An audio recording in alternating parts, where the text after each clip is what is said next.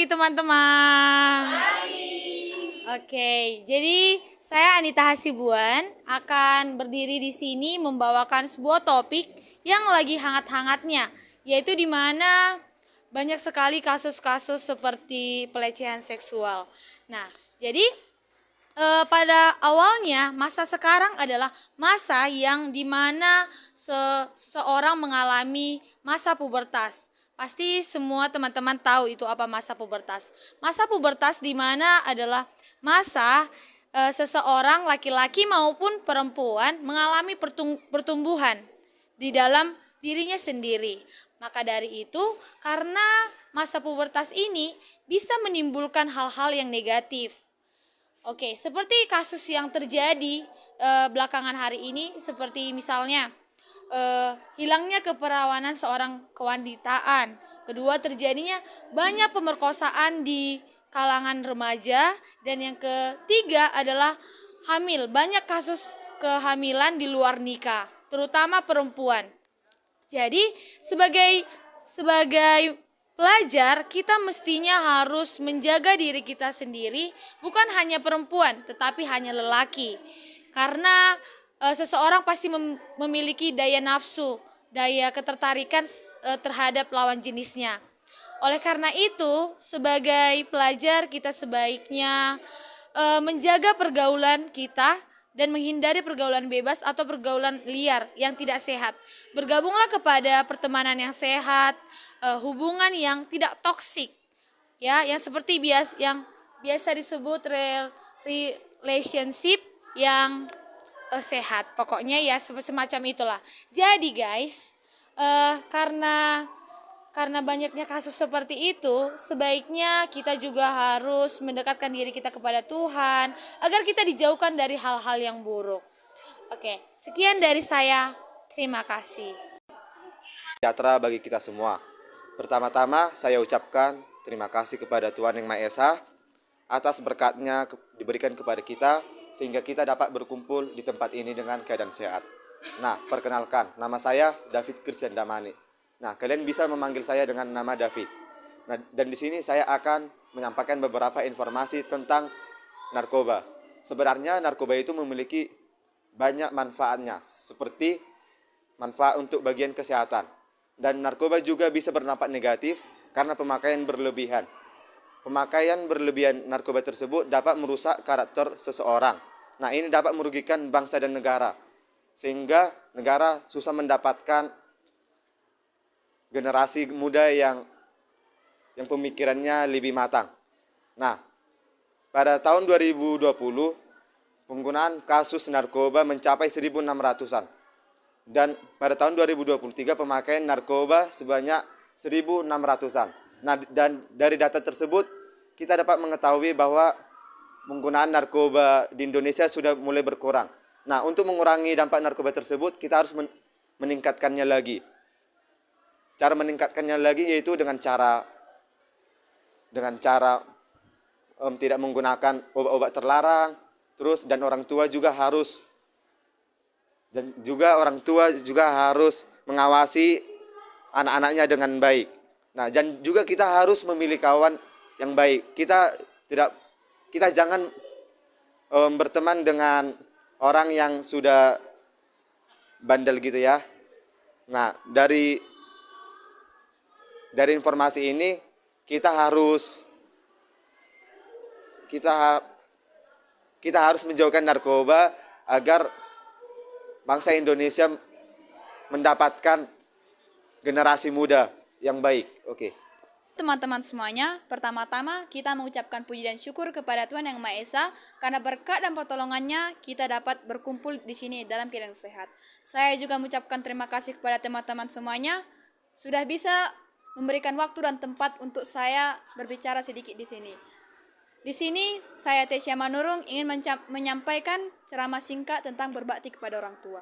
Orang tua telah melahirkan kita, membesarkan kita, dan memberikan pendidikan yang layak untuk kita. Namun, kita anak-anak zaman sekarang sudah sering melawan orang tua tanpa alasan yang jelas. Karena perubahan teknologi sekarang, karena adanya gadget, nongkrong, dan lain-lain, dan pergaulan membuat kita menjadi menentang perkataan orang tua. Kita sebagai anak-anak orang tua, kita seharusnya harus menghormati orang tua. Kita sebagai anak-anak, jika ada kita kesalahan kepada orang tua, segeralah kita meminta maaf dengan tulus hati. Karena orang tua tidak bermaksud yang lain-lain kepada kita kalau kita memarahi kita. Jadi kita sebagai anak-anak zaman sekarang, seharusnya kita memanfaatkan teknologi itu untuk secara positif, bukan menjadi kita melawan orang tua dikarenakan teknologi. Sekian ceramah singkat dari saya. Jika ada kesalahan, mohon dimaafkan. Terima kasih. Salam sejahtera bagi kita semua. Pertama-tama mari kita panjatkan puji dan syukur kepada Tuhan Yang Maha Esa atas berkatnya kita masih dapat berkumpul di tempat ini. Saya Imran Simaungsong akan membawakan topik tentang bunuh diri. Apa sih dampak negatif bunuh diri itu? Yang pertama, dapat merugikan keluarga, teman, dan pandangan orang lain menjadi berbeda kepada kita. Di sini saya akan bahas 3 dampak negatifnya. Yang pertama, merugikan keluarga, yaitu keluarga kita menjadi merasa kehilangan dan sedih. Kemudian teman-teman kita juga merasakan hal yang sama. Ketiga, pandangan orang lain berbeda kepada kita karena mereka merasa bahwa kita itu lemah, imam, bahkan tidak percayakan Tuhan. Jadi untuk menghindari dampak bunuh diri, kita harus menguatkan imam, dekatkan diri dengan Tuhan supaya kita terjauh dari bunuh diri.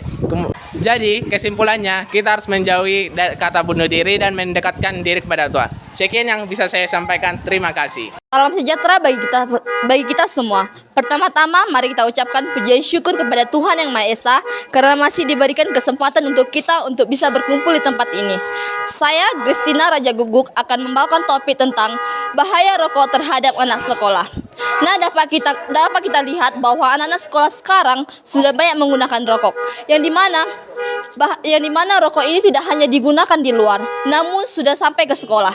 Yang dimana anak-anak sekolah sekarang bisa menggunakan rokok di kamar mandi, di dalam kelas, dan tidak ada kecemasan terhadap mereka.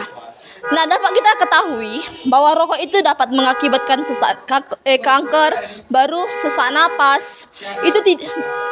Itu akan mengganggu kesehatan kita.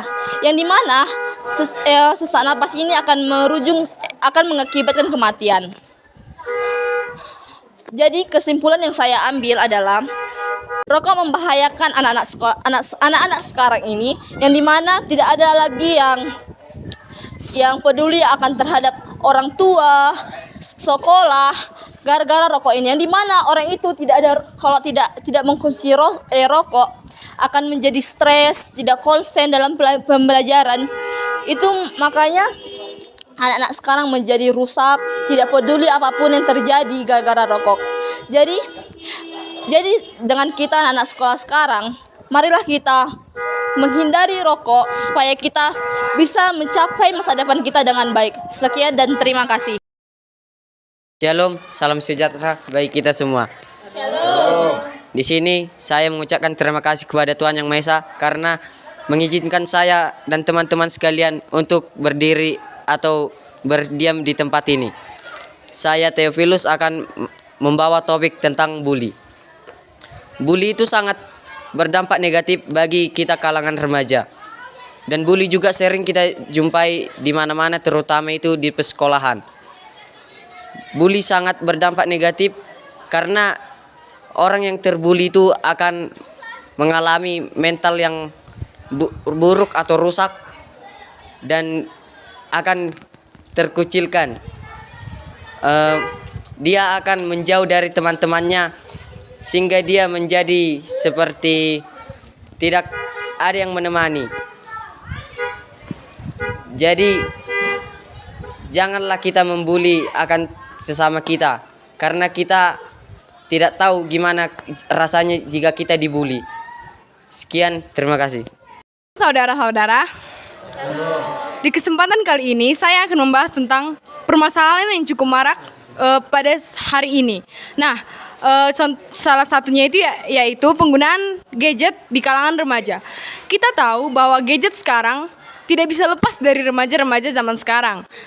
Tapi dalam gadget ada juga dampak positif, juga ada dampak negatif.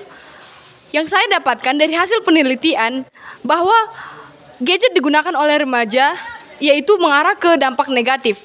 Contohnya itu bermain game sampai berlarut-larut, bahkan dampak positifnya hanya sedikit. Itu pun jikalau mereka mampu jikalau mereka mampu memanajemen waktu, maka mereka akan mendapatkan dampak positif dari gadget. Contoh dampak negatifnya yaitu menggunakan gadget terus-menerus akan membuat mata lelah dan juga membuat emosi akan naik. Nah, dalam dampak negatif, remaja dibuat menjadi emosi dan dapat menimbulkan stres. Nah, dampak positifnya, jika manusia mampu atau pemuda-pemuda mampu memanajemen waktu misalnya, mereka menggunakan gadget tersebut untuk mendapatkan informasi, juga untuk sebagai sumber pengetahuan, juga ilmu, mereka akan dapat dampak positif dari gadget tersebut. Jadi, saya menyimpulkan bahwa haruslah kita menggunakan gadget sesuai dengan apa yang diperlukan. Misalnya, kita mampu manajemen waktu, tidak bermain game terus-menerus. Jadi kesimpulannya yaitu janganlah bermain gadget terus-menerus. Sekian. Selamat siang semua. Sebelumnya saya mengucapkan terima kasih karena masih memberikan saya kesempatan untuk berdiri di hadapan teman-teman semuanya. Sebelumnya perkenalkan, nama saya Esra Stefani Dolok Saribu atau biasa dipanggil Esra. Di sini saya akan membawakan topik tentang putus sekolah. Nah, putus sekolah ini terjadi marak sekali. Tidak sedikit orang yang putus sekolah karena berbagai alasan. Nah, setelah saya cari tahu ada 2 alasan yang sangat besar, yaitu faktor ekonomi dan juga karena kemalasan. Yang pertama saya bahas itu adalah faktor ekonomi. Kenapa faktor ekonomi dapat menjadi salah satu alasan orang putus sekolah? Itu hanya karena uang sekolahnya sangat mahal dan juga perlengkapannya. Namun sekarang pemerintah sudah mengatasi hal tersebut dengan memberikan bantuan berupa KIP dan juga sekolah negeri. Tentu hal itu tidak menjadi masalah lagi untuk putus sekolah. Dan yang kedua ada faktor kemalasan. Banyak orang yang malas untuk bersekolah hanya karena malas mengerjakan tugas, malas ke sekolah dan lain-lain. Sementara mereka dapat bepergian kemana-mana tanpa rasa malas itu. Padahal itu dapat merugikan diri mereka sendiri. Contohnya mereka akhirnya menjadi pengangguran dan tidak mendapatkan kerja. Oleh karena itu di sini saya akan menyampaikan kepada kalian semua supaya tidak putus sekolah dan supaya masa depan kalian terjamin. Bersekolahlah dengan baik-baik supaya kalian mendapatkan pekerjaan yang layak dan menjadi orang yang berguna di masa depan. Sekian dan terima kasih. Shalom, salam sejahtera bagi kita semua. Perkenalkan, nama saya Intan Dasaris Mangunsong, bisa dipanggil Intan. Pada kesempatan kali ini saya akan membahas tentang bully di sekolah. Seringkali terdengar bully itu sangat banyak dampak negatifnya, seperti merusak mental, depresi, bahkan mengalami berbagai hal lainnya. Bully, untuk mencegah bully, kita seharusnya tidak melakukan hal-hal yang buruk kepada sesama. Bully juga sering terjadi karena kesehatan, karena kurangnya fisik, terus ada berbagai lainnya. Bully seringkali kita jumpai di mana saja. Seperti di sekolah, di luar, dan lain sebagainya. Sekaligus untuk menjaga keamanan lingkungan, kita harus membasmi tindakan bully. Orang tua dan para guru seharusnya membuat aturan-aturan yang lebih baik untuk membasmi tindakan bully tersebut. Sekian dari saya, terima kasih.